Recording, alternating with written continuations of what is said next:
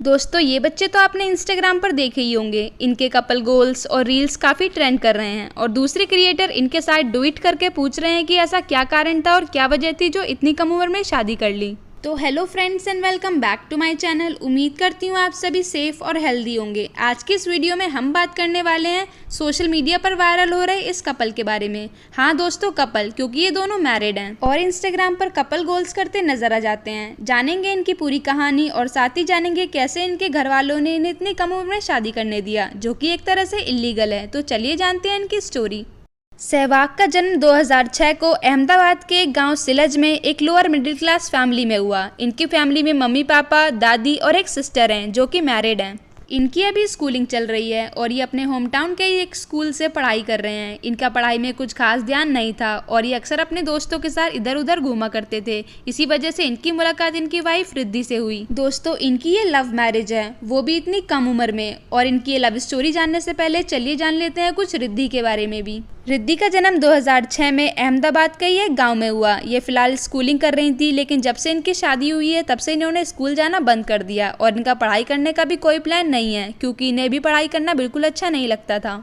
इनको समझाना और करियर के लिए अवेयर करना इनके पेरेंट्स की जिम्मेदारी थी, लेकिन उन्होंने ये सब ना कर कर इनकी शादी करा दी। चलिए दोस्तों, अब जान लेते हैं कि ऐसा भी क्या कारण था जो इन दोनों ने पढ़ाई लिखाई, करियर, फ्यूचर सब छोड़कर शादी कर ली।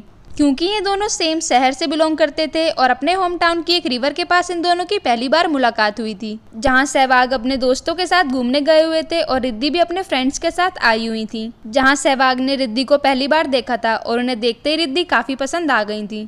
और फिर जहाँ पर रिद्धि बैठी हुई थी, सहवाग वहाँ पर अपना मोबाइल नंबर फेंक के चले गए। रिद्धि ने उनका नंबर उठा लिया और फिर बाद में मैसेज किया। इनकी कॉल और मैसेज पर बहुत ज़्यादा बातें होती और ये दोनों बहुत बार मिलने लगे।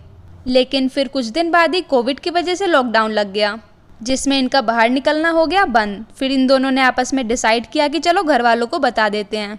रिद्धि ने अपनी फैमिली में बता दिया और इनके पापा ने इन्हें बहुत डांटा और सख्त मना कर दिया कि ऐसा कुछ नहीं होगा। लेकिन फिर रिद्धि की बहुत ज़्यादा रिक्वेस्ट करने पर और सेम कास्ट होने पर उनके पापा ने कहा कि चलो उन्हें घर बुला लो और अगर उन्हें सब कुछ सही लगा तभी वो शादी के बारे में सोचेंगे।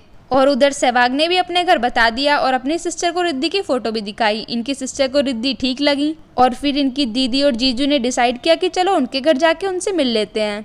इन दोनों के घर वालों ने आपस में मिलकर रिश्ते को पक्का कर दिया और इन दोनों की इंगेजमेंट कराने का फैसला लिया। और फिर कुछ दिन बाद ही इनकी इंगेजमेंट करा दी गई। लेकिन कोविड की वजह से दोबारा फिर से लॉकडाउन लग गया और अब इन्हें फैमिली की तरफ से भी ग्रीन सिग्नल मिल चुका था और इन्हें लगने लगा था कि अब तो ये कुछ भी कर सकते हैं। उसी टाइम लॉकडाउन बढ़ता ही जा रहा था, तो फिर एक दिन सहवाग ने डिसाइड किया कि चलो शादी कर लेते हैं और इन दोनों ने आपस में शादी करने का प्लान बनाया। और ये घर पे कहने लगे, लेकिन इनकी बात को कोई सीरियसली नहीं ले रहा था और सब समझ रहे कि ये दोनों मजाक कर रहे हैं। और नेक्स्ट डे जब ये दोनों शादी करने के लिए जा रहे थे तो रिद्धि घर पे तैयार हो रही थी। तब इनकी मम्मी ने पूछा कि कहाँ जा रही हो इतना सज धज के, तो इन्होंने बोला शादी करने।